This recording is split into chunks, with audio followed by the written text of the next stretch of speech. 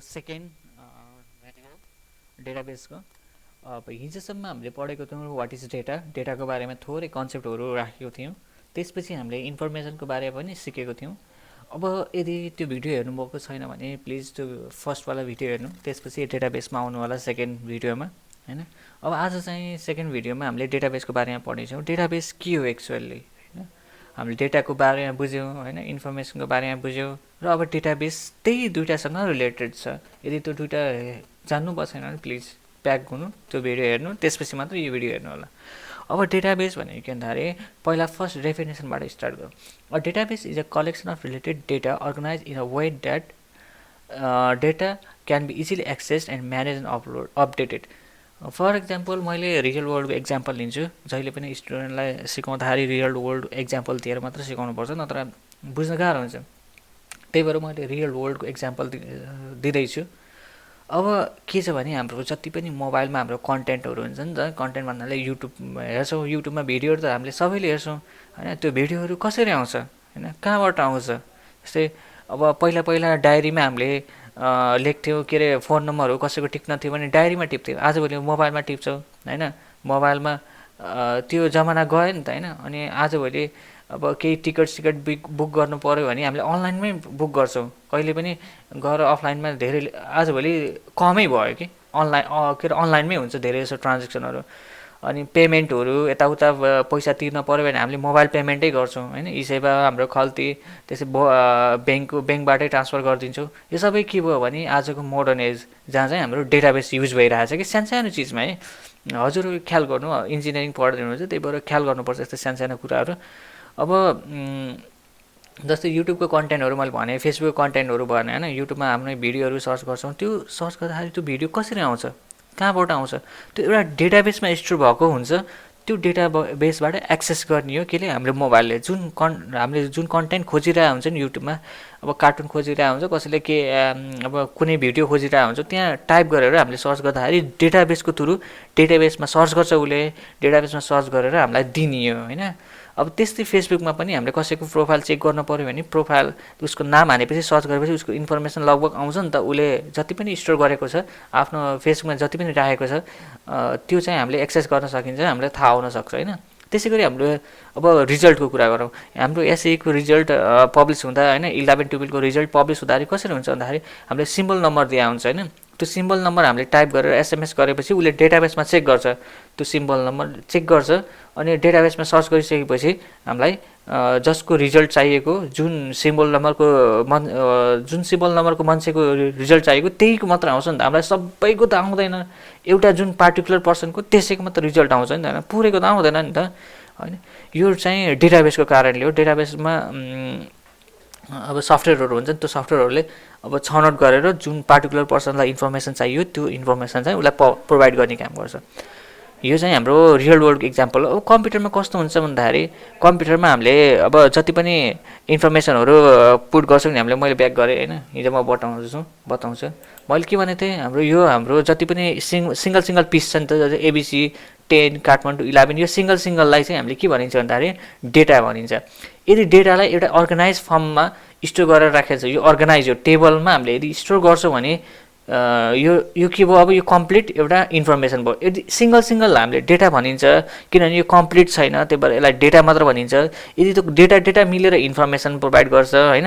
अब यो इन्फर्मेसनलाई हामीले यदि अनलाइनमा या कुनै सफ्टवेयरमा राखेछौँ, यसलाई इन्फर्मेसनलाई स्टोर गरेर राखेको छौँ, धेरै इन्फर्मेसनलाई, एउटा मात्र होइन, धेरै इन्फर्मेसनहरूलाई एउटा टेबलको फर्मेटमा या कुनै अन्य फर्मेटमा यसलाई यदि स्टोर गरेर राखेछौँ भने त्यसलाई भनिन्छ हामीले डेटाबेस होइन। अब यो मात्र होइन कि टेबलमा हामीले नाम यताउता इन्फर्मेसन मात्रै स्टोर हुन्छ भन्ने छैन होइन। एउटा स्कुलको डेटाबेस हुन्छ, स्कुलको स्टुडेन्टहरूलाई म्यानेज गर्नको लागि। त्यस्तै अनलाइन पेमेन्टको लागि छुट्टै ब्याङ्कको ट्रान्जेक्सनहरू म्यानेज गरिरहेको हुन्छ, त्यो भयो एउटा होइन। अब त्यस्तै अरू थुप्रै हुनसक्छ। ल सेकेन्डमा any pieces of information can be a data, for example name of your school. Database is actually a place where the related piece of information is store and various operation can be perform होइन। एउटा सानो information भने यहाँ हेरौँ नि, फर्स्टमा any piece of information can be a data होइन।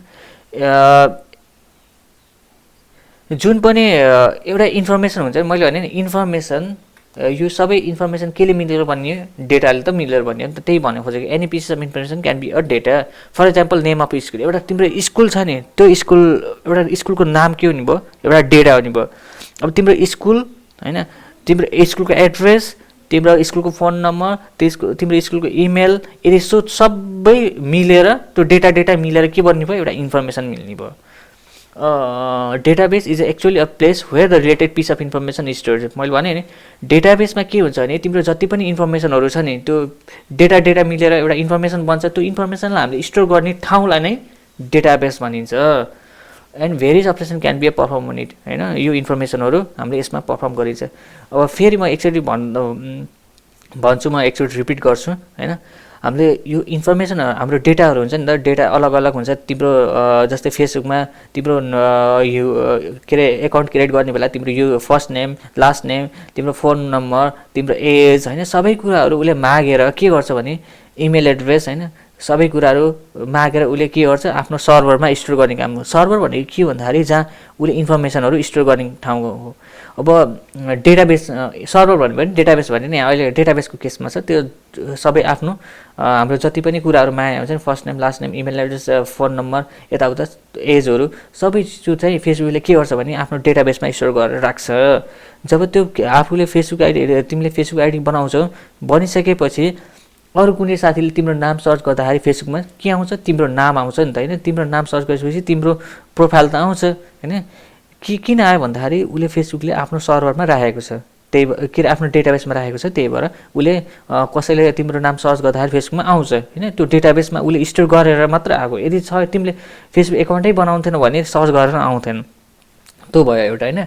अब त्यस्तै भयो। सेकेन्ड इक्जाम्पल मैले त्यही युट्युबमा कन्टेन्टहरू भिडियोहरू सर्च गर्छु नि, त्यो के गर्छ भने उसले डेटाबेसमा स्टोर गरेर राखेको हुन्छ। अनि हामीले यदि सर्च गऱ्यो भने त्यो इन्फर्मेसनहरू भिडियोहरू अटोमेटिकली आउँछ त्यो सबै डेटाबेसमा। आजभोलि जति पनि कुराहरू हामीले जति कुराहरू पनि उस गर्छौँ भने जस्तै लाइब्रेरी चलाउँछौँ होइन। लाइब्रेरीमा पनि हाम्रो के हुन्छ भने अनलाइन लाइब्रेरी छ। आजभोलि अनलाइन लाइब्रेरी हामीले लाइब्रेरीमा जानु पनि पर्दैन। स्कुलको आफ्नै छुट्टै अनलाइन लाइब्रेरी पनि हुन्छ जहाँबाट हामीले अटोमेटिकली अनलाइनबाटै किताबहरू हेर्न सकिन्छ। त्यहाँ थुप्रै किताबहरू राखेको हुन्छ, उनीहरूको डेटाबेसमा थुप्रै किताबहरू हुन्छ।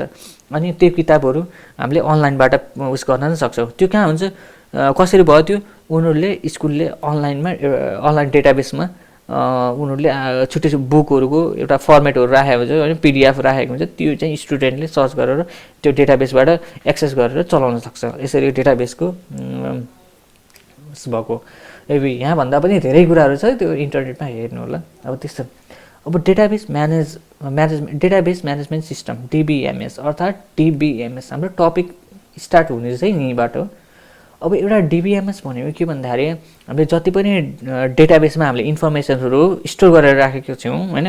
अहिलेसम्म के गरेको थियौँ हामीले, एउटा डेटा भयो, डेटा मिलेर एउटा इन्फर्मेसन बन्यो। त्यो इन्फर्मेसनलाई हामीले केमा स्टोर गऱ्यौँ, डेटाबेसमा होइन। अब डेटाबेसमा त स्टोर गऱ्यो, त्यो डेटाबेसमा स्टोर गरेको डेटालाई होइन इन्फर्मेसनलाई हामीले म्यानेज त गर्नुपर्छ होइन। म्यानेज गर्नुपर्छ त्यसलाई होइन। कहिले कसो के हुन्छ भने हामीले स्टोर गरेको इन्फर्मेसनहरू गलत पनि हुनसक्छ होइन। डेटाबेसमा कहिले कसो नाम मिस्टेक हुनसक्छ होइन, कहिले कसो एज मिस्टेक हुनसक्छ, कहिले उसको फोन नम्बर मिस्टेक हुनसक्छ। त्यसलाई सच्याउनु पऱ्यो होइन, करेक्सन गर्नु पऱ्यो। त्यो करेक्सन गर्नको लागि होइन, एडिट गर्नको लागि या कुनै थप्नको लागि नयाँ त्यो सबै हेल्प गर्ने एउटा सफ्टवेयरको काम हो होइन। सफ्टवेयरले त्यो गर्ने काम गराउँछ। अब त्यो म्यानेजमेन्ट गर्ने भनेको डेटाबेस म्यानेजमेन्ट सिस्टम हो होइन। डिबिएमएस इज अ सफ्टवेयर, एउटा सफ्टवेयर हो डिबिएमएस भनेको, that allow creation, definition and manipulation of the database होइन। जति पनि हामीले डेटाहरू राखेको, मेनिपुलेसन भनेको मोडिफाई गर्नु। कुनै पनि डेटा हामीले स्टोर गरेको डेटाहरू यदि गलत छ भने त्यसलाई मोडिफाई गर्नु पऱ्यो, त्यसलाई म्यानेज गर्नु पऱ्यो, एडिट गर्नु पऱ्यो भने हामीले एउटा डिबिएमएस सफ्टवेयरको थ्रु हामीले त्यसलाई म्यानेज गर्न सकिन्छ। ब्याङ्कको पनि छुट्टै एउटा डिबिएमएस हुन्छ होइन। ट्रान्जेक्सन गर्दाखेरि उसले डिबिएमएस युज गर्नुपर्छ होइन। उनीहरूको कुन क्लाइन्टको कुन कस्टमरको कति ब्यालेन्स छ भनेर स्टोर त गर्नु पऱ्यो होइन, रकमहरू।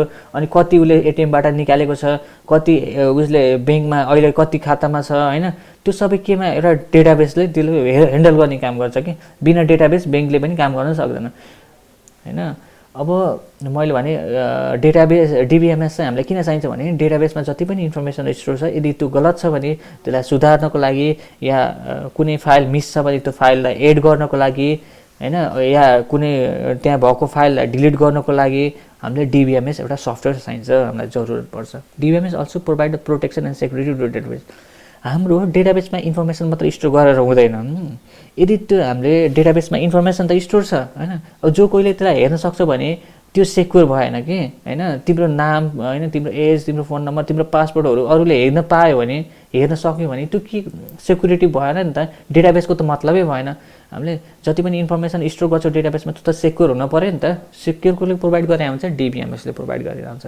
It maintain the data consistency in case of multiple user हैन।